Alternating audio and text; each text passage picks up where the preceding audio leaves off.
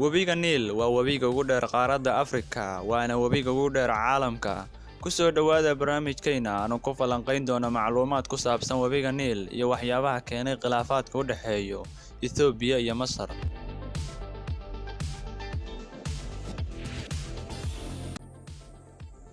Webiga Niil waxa uu ka soo bilaabmaa dalalka harooyinka waaweyn oo ay ka mid yihiin Rwanda iyo Burundi, waxaana ku dhammaadaa xeebaha badda Mediterranean-ka.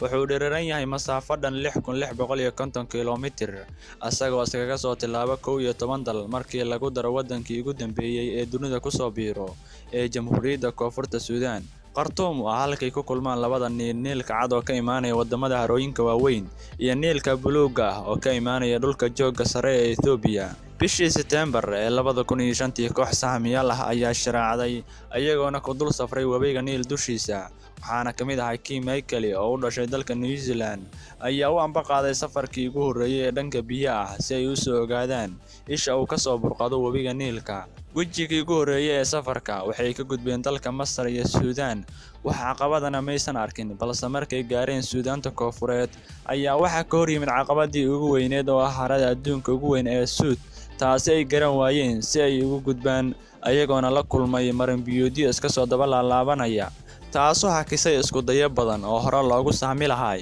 Ugu dambeyntiina Kim Michael iyo kooxdiisa way ka gudbeen, waxayna 19 maalmood safar ay ku jireen ku gaareen dalka Rwanda, waxayna dul istaageen god yar oo durdurayo, kaasi oo aqoonsadeen inuu yahay isha u koonfureysa ee webiga Niil oo ka soo burqado.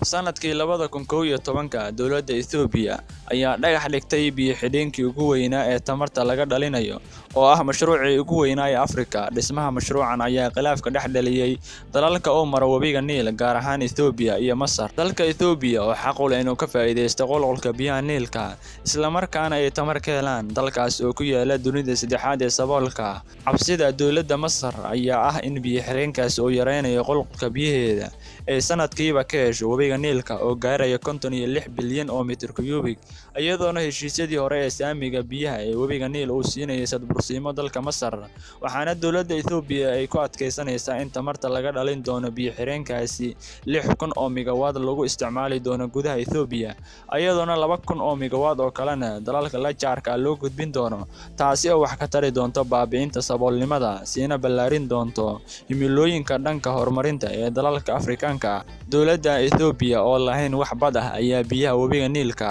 waxay gaaraan in ka badan 3,000 oo kiiloomitir, waxayna galaan harooyinka Tana oo ah harada ugu weyn Itoobiya, waxaana dalka Itoobiya ku yaala 9 harood oo ugu weyn tahay harada Tana. Sanadihii 70-meeyadii ayaa xal laga gaaray xaddiga biyood oo dal walba ka isticmaali kara webiga Niil, waxaana heshiiskaas u muuqdaa mid haatan sii burburayo maadaama dalalka bariga iyo bartamaha Afrika ay haatan u baahdeen xaddi ka badan biyihii heshiiskaas lagu qorsheeyay, iyadoona wadamada bariga Afrika ay hore ugu baaqeen in biyaha webiga Niil laga iibiyo dalka Masar iyo Suudaan si lamid ah sidii shidaalkooda iyo badeecadahooda ugu iibiyaan wadamadaasi.